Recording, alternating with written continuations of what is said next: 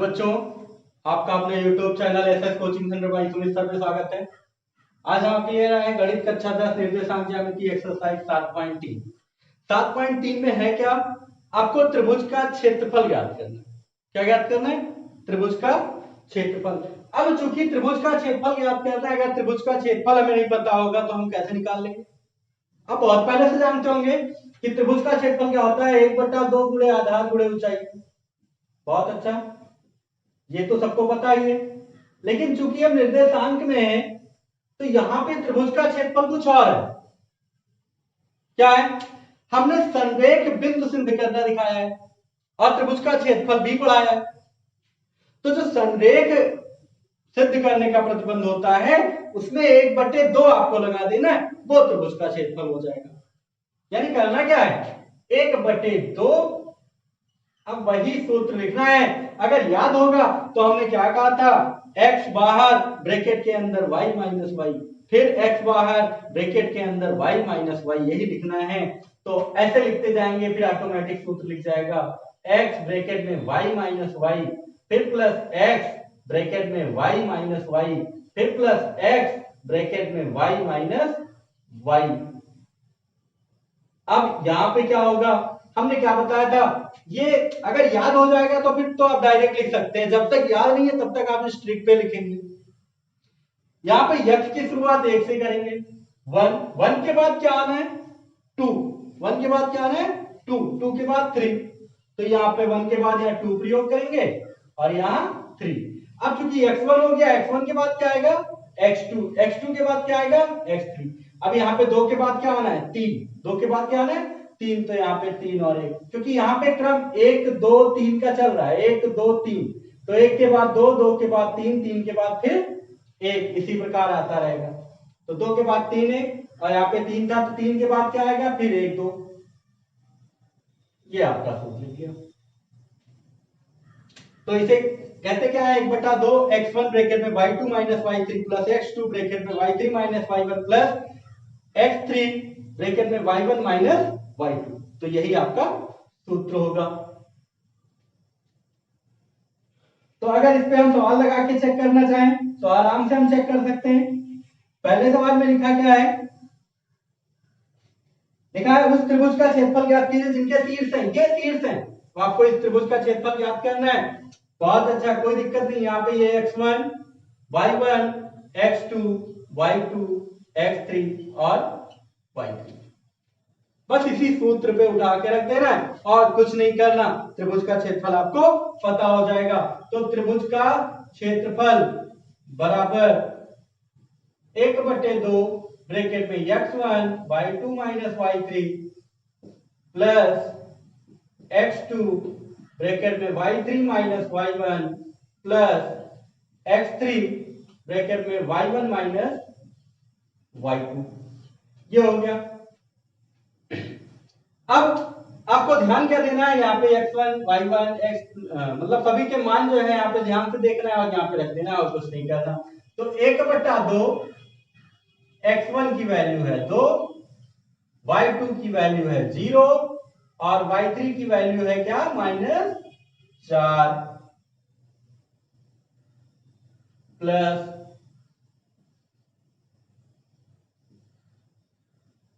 x2 की value क्या है? -1। y3 की वैल्यू क्या है? -4 माइनस y1 की वैल्यू 3 प्लस x3 की वैल्यू क्या है? 2, y1 की वैल्यू 3 और y2 की वैल्यू 0। अब आपको इसे हल कर लेना है और कुछ नहीं करना है। 1/2 2, ये माइनस माइनस प्लस हो जाएगा, ध्यान दीजिएगा। माइनस माइनस प्लस 4 और 0 में 4 जोड़ेंगे क्या आएगा? 4 आएगा। अब इन दोनों के बीच में कोई चिन्ह नहीं है। जब भी ध्यान रखेंगे बीच में कोई चिन्ह नहीं होगा तो गुणा लगाना है। तो क्या लगा देंगे? गुणा 4 प्लस माइनस का गुणा -1। अब बीच में कोई चिन्ह नहीं तो क्या लगाएंगे? गुणा। ये माइनस माइनस जुड़ जाना है, माइनस माइनस प्लस 4 3 7। तो यहां पे अगला 2 3 में से 0 घटाएंगे आएगा कितना 3। यहाँ पे कितना होगा 1/2, 4 दूनी 8, माइनस माइनस का गुणा प्लस 7, 3 दूनी 6। अब यहाँ पे सबको ऐड कर लो, 8 7 15 6 21, तो 21 एकम 21/2 वर्ग मात्रक। ये आपका आंसर हो गया। इसी प्रकार इसका आप दूसरा सवाल लगा सकते हैं। सवाल देखते हैं क्या लिखा है। निम्नलिखित में से k का मान ज्ञात कीजिए ताकि तीनों बिंदु संरेखी हो। तो संरेखी होने का प्रतिबंध क्या होता है, यही त्रिभुज का क्षेत्रफल बराबर 0 लगा दें।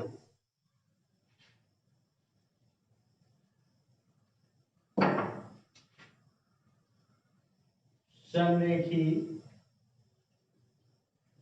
होने का प्रतिबंध तीन बिंदुओं के संरेख होने का प्रतिबंध क्या है, इतना बराबर 0, यानी वही त्रिभुज का क्षेत्रफल 1/2 आपको हटा देना है। इतना बराबर क्या 0। जब त्रिभुज का क्षेत्रफल 0 आ जाए तो संरेखी होगा। इससे पहले भी हमने चर्चा किया है कि जब त्रिभुज का कुछ क्षेत्रफल ही नहीं आ रहा है, यानी त्रिभुज बन ही नहीं रहा है 3 बिंदुओं से, और 3 बिंदुओं से अगर त्रिभुज नहीं बन रहा है तो सीधी रेखा में है, तभी नहीं बन रहा है। जैसे कहने का मतलब 1 2 3, अगर ये एकदम सीधी रेखा में है तो कहीं त्रिभुज बनेगा। लेकिन अगर यही 3 बिंदु ऐसे दे दिया जाए, एक यहाँ एक थोड़ा सा क्रॉस कर दिया जाए, तो इनसे ऐसे त्रिभुज बन सकते हैं। ऐसे मिला देंगे तो ये क्या बन सकता है, त्रिभुज बन सकता है। लेकिन अगर तीनों एक सीध में होंगे तो त्रिभुज नहीं बनेगा। और जब त्रिभुज बनेगा तो कुछ ना कुछ क्षेत्रफल आएगा, लेकिन अगर क्षेत्रफल 0 हो जाएगा तो त्रिभुज नहीं बन सकता। इसलिए क्षेत्रफल वाले सूत्र को हम बराबर 0 दिखा देते हैं। अब हम आते हैं अपने सवाल पे। तो संरेख होने का प्रतिबंध, संरेख होने का प्रतिबंध यही है आपका।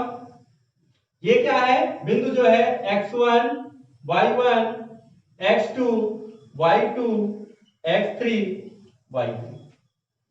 तो प्रतिबंध क्या है, x1 ब्रैकेट में y2 minus y3 plus x2 bracket में y3 minus y1 plus x3 bracket में y1 माइनस y2 बराबर 0। हम इस सूत्र को बार बार क्यों लिख रहे हैं, इसलिए लिख रहे हैं क्योंकि आपको याद हो जाए।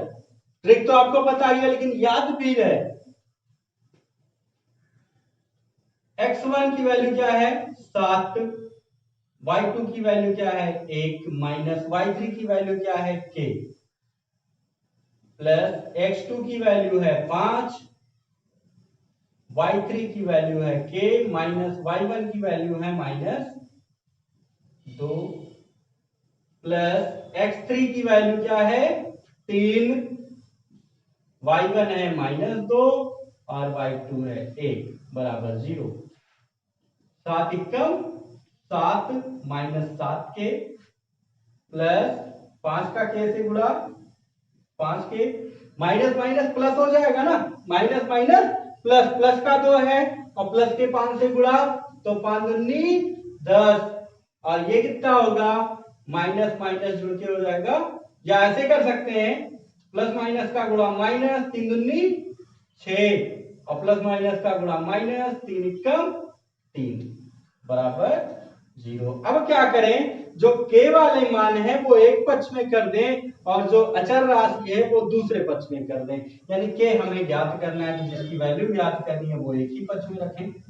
-7k प्लस 5k बराबर, ये माइनस का 6 इधर आएगा, प्लस का 6, माइनस का 3 इधर आएगा, प्लस का 3 और प्लस का 10 आएगा, माइनस का 10, प्लस का 7 आएगा, माइनस का 7, और ये कितना हो जाएगा 7 में से 5 घटाएंगे 2, 7 बड़ा है इसके आगे माइनस है तो माइनस का 2k बराबर 6 3 9 और माइनस 10 7 17, 17 में से 9 घटाएंगे कितना आएगा 8, -8 यानी -2k।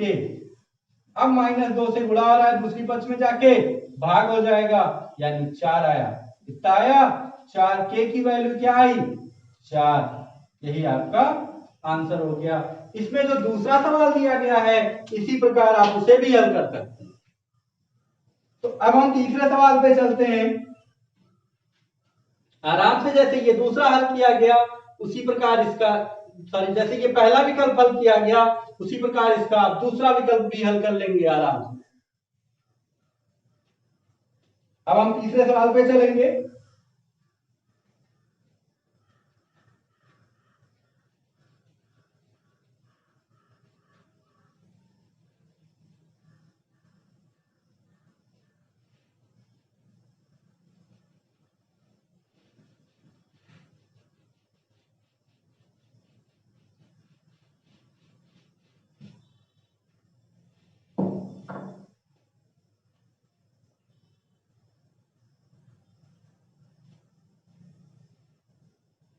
तीसरा सवाल क्या दिया गया है, त्रिभुज के शीर्ष दिए गए हैं।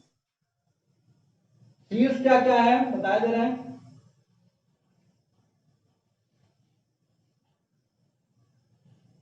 0, -1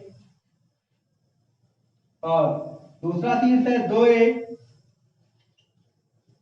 और 0, 3। वाले त्रिभुज की भुजाओं के मध्य बिंदु से बनने वाले त्रिभुज का क्षेत्रफल ज्ञात कीजिए और इस क्षेत्रफल का दिए गए क्षेत्रफल के 7 अनुपात ज्ञात कीजिए। अब इस सवाल को हम आपको वर्क के तौर पे देंगे कि आप इस सवाल को लगा पा रहे हैं और इस सवाल को हम समझाए भी दे रहे हैं कैसे आपको लगाना है। तो यहाँ पे क्या कहा है, ये 3 एक त्रिभुज के शीर्ष है। ये 3 क्या है, एक त्रिभुज के शीर्ष हैं। ये तीसरा नंबर सवाल है। इनके मध्य बिंदु से, जैसे अगर मान लीजिए हम इसे अगर नाम दे दें ABC, तो इनका मध्य बिंदु ऐसे कहीं होगा PQR।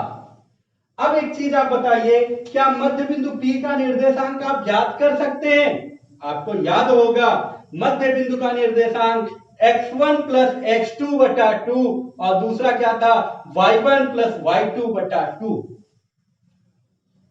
तो इस सूत्र से आप इस P बिंदु का निर्देशांक, ये Q बिंदु का निर्देशांक और R बिंदु का निर्देशांक ज्ञात कर सकते हैं। कौन से सूत्र से? मध्य बिंदु का निर्देशांक। तो उससे ये P, Q, R इन तीनों के निर्देशांक आपको पता हो सकते हैं। तो फिर आप क्या करेंगे, मध्य बिंदु से बनने वाले त्रिभुज का क्षेत्रफल, तो अब PQR का क्षेत्रफल ज्ञात कर पाएंगे ना बहुत आसानी से। त्रिभुज PQR का क्षेत्रफल बहुत आसानी से आप ज्ञात कर सकते हैं। आगे चलते हैं। इसमें लिखा है इस क्षेत्रफल का दिए हुए त्रिभुज के क्षेत्रफल के साथ अनुपात ज्ञात कीजिए। तो अनुपात किसका ज्ञात करना है? त्रिभुज PQR बटे त्रिभुज ABC। दोनों क्षेत्रफल निकाल लो, बटे में कर दो, वो आपका अनुपात हो जाएगा।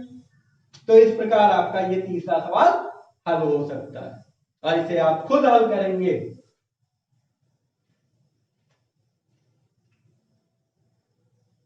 अब अगला सवाल चौथा अगर हम देखना चाहें तो चौथा भी देखेंगे। क्या लिखा है, उस त्रिभुज का क्षेत्रफल ज्ञात कीजिए जिनके शीर्ष इसी क्रम में हैं। तो एक चतुर्भुज दे दिया गया, उसका क्षेत्रफल आपको ज्ञात करना है। तो यहाँ पे बिंदु दे दिया गया,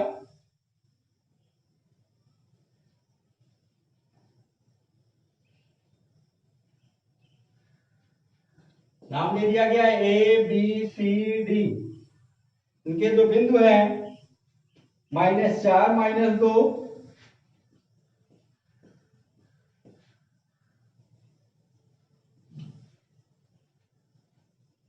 और -3, -5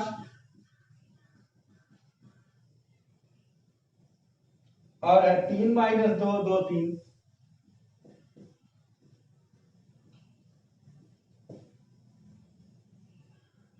ये हैं, ये चारों आपके शीर्ष हैं।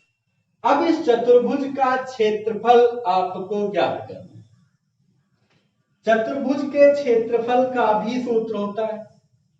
अगर आप सीधे चतुर्भुज के क्षेत्रफल का सूत्र लगाना चाहें तो आप चतुर्भुज के क्षेत्रफल का सूत्र लगा सकते हैं, या फिर आप इसे ऐसे दो त्रिभुजों में बांट दें और दोनों त्रिभुज का अलग अलग इसका क्षेत्रफल और इसका क्षेत्रफल निकाल के ऐड कर दें, चतुर्भुज का क्षेत्रफल आ जाएगा। तो जैसे आपकी इच्छा होगी उस अनुसार आप सवाल को लगा सकते हैं। तो इस प्रकार आप एक्सरसाइज 7.3 के पहले से लेके चौथे सवाल तक सभी सवाल हल कर लें। कहीं कोई समस्या होगा कमेंट बॉक्स में बताइएगा, और इस सवाल को लगाने के बाद कमेंट बॉक्स में जरूर बताइएगा कि ये सवाल लगा या नहीं लगा है। और अगर अभी तक आपने हमारे चैनल को नहीं सब्सक्राइब किया होगा तो सब्सक्राइब कर लेंगे और बेल आइकन को भी प्रेस कर लेंगे, जिससे हमारे द्वारा डाले गए वीडियो का नोटिफिकेशन सबसे पहले आपको मिल सके। अगले वीडियो तक के लिए जय हिंद।